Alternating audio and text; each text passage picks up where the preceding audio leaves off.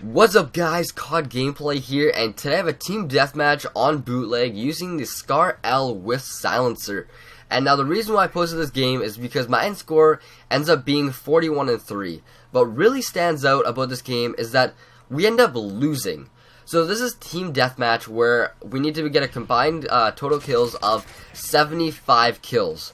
And in a 6v6 setting, my other 5 teammates could not get 34 other kills, which really sucks. But before I get into this, I'd like to thank everyone for 60,000 subscribers. That is insane. I honestly never thought I'd ever hit that number. And I'd like to thank each and every single one of you that are watching this video on my channel. It is absolutely amazing. And thanks so much for the support. And a like would be greatly appreciated. So anyways, going into the topic, someone sent me a message on YouTube and they said, COD Gameplay, I play by myself a lot and lots of times I get put by really bad teammates. How do I actually do good while my teammates are doing really bad?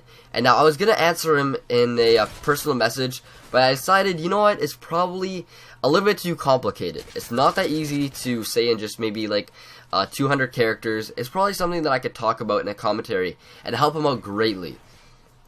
And so the suggestion that I have for team deathmatch. So if you're playing domination, chances are you are not going to be able to one-man show. Okay, you cannot cap a flag by yourself non-stop. It's just not going to happen. You're not going to end up winning the game in the end. Maybe kill confirm might work, but team deathmatch is the one game mode where you can miraculously pull off the victory. Now what you're going to want to do is either go specialist or assault. Now I really recommend the assault package, and that is because if you can get on a good kill streak and you can get that maybe AC-130 Reaper, you can go to town. Those extra 10 kills from that Reaper and AC-130 will make a huge difference in the end score of your team in team deathmatch, because those 10 kills are so important. So if I'm gonna suggest any kill streaks, I suggest going with the Predator missile, the Reaper, and maybe a Pavlo or AC-130. Now that's depending on the lobby. You can change it around. It depends if the other team has a Javelin or a Stinger missile. If they do, hop on the AC-130 because there's more flares. If they do not have any sort of takedown of air support, go with the Pavlo. The Pavlo stays up for 90 seconds, way longer than the AC-130, and it does absolute work. It goes over the entire map and kills everyone. Trust me, if I'm ever in a game, the other enemy team gets a Pavlo, oh my goodness, I die so many times by that thing. It is so powerful. The next step that I take when playing with a bad team is I always strap on the silencer.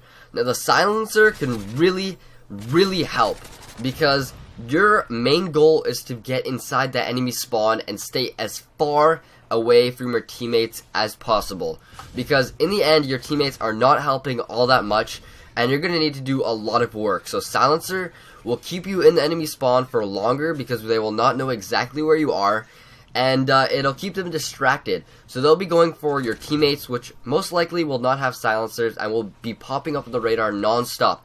They'll be going straight for them, getting the kills on them, while you pop off a couple here and there with the silencer from distance. Now that goes back to the guns. ACR, Scar, long range guns, not a lot of recoil. Maybe MP7 if you're getting up in their spawn a little bit more. But I suggest long range guns that do not have any recoil whatsoever, because they will help way more.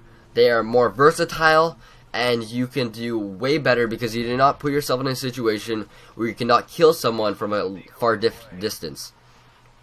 So going back to not going with your team. Now, lots of times going with your teammates is really good, but in team deathmatch I find I do the greatest when I just go literally on the opposite side of where my teammates are, because that way I am able to take out people left and right without them even realizing.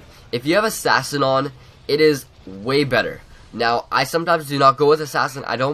This game I did not have Assassin on. Instead I have Quick Draw, because sometimes I find I lose gunfights because I do not have Quick Draw, and that helps a lot. But if you're really going for getting into the enemy spawn, Assassin will help so much, because enemy team is going to be calling in UAVs no matter what. Any game that you get into, there's going to be enemy player 1, 2, 3, 4, 5, even the whole team calling in UAVs. And UAVs are what can change a game oh so quickly. One UAV can make your death, and that can stop your kill streaks. Now your kill streaks could have got 10 kills, 5 kills, 15 kills, and that one kill, that one UAV made the whole difference between a win and a loss. Now you want to cut your differences and try to hop on Assassin if possible. The next tip that I have for riding solo is staying around the edge of the map. You notice in this entire game, I never went right into the action. You notice that? I never go right into where everyone is. I try to stay around the outside of the map, and that is how I play always. Because you're going to have inconsistent games when you're going straight into the action. You're becoming unlucky where you're going to be versing 1, 2, sometimes even 3, 4 people all shooting at you at once, and you have no chance. So play it safe, stay on the outside, do not camp. But what I'm trying to say is just stick around the edges where you can find cover and move from cover to cover, and make sure that you do not die in useless situations in which you would much rather not. Because dying, in the end, a death is a lot more drastic than getting one kill. Because that one death, like I said before, can stop from that kill streak. Now this is where it gets really tight. I see the scoreboard and I notice, oh my goodness, we are losing. But I have that Pavlo up in the air, and now I can't call in the Osprey Gunner. This is a huge mistake in which I had the Pavlo. If I had the AC-130, we could have won. But sadly, I did have the Pavlo, and that is one more bad thing about the Pavlo, is that when you have it up in the air, you cannot have the Osprey Gunner if you are going to use that. Very risky, but if you can get the Osprey Gunner, game changer, you can almost automatically win. Right here, I thought I could push up a bit more than I could. Thought I could get that one extra kill, that would be the difference. Did not happen, and we end up losing by 1 kill in the very end. So heartbreaking, but it does happen, and I hope these tips really did help you guys. If you guys are watching this on Machinima or a different channel, come check me out. Links are in the description for more tips and tricks on Modern Warfare 3. My name is COD Gameplay, and I hope you guys did enjoy. If you do enjoy, please give it a like, maybe a favorite, and I will catch you guys later. See ya.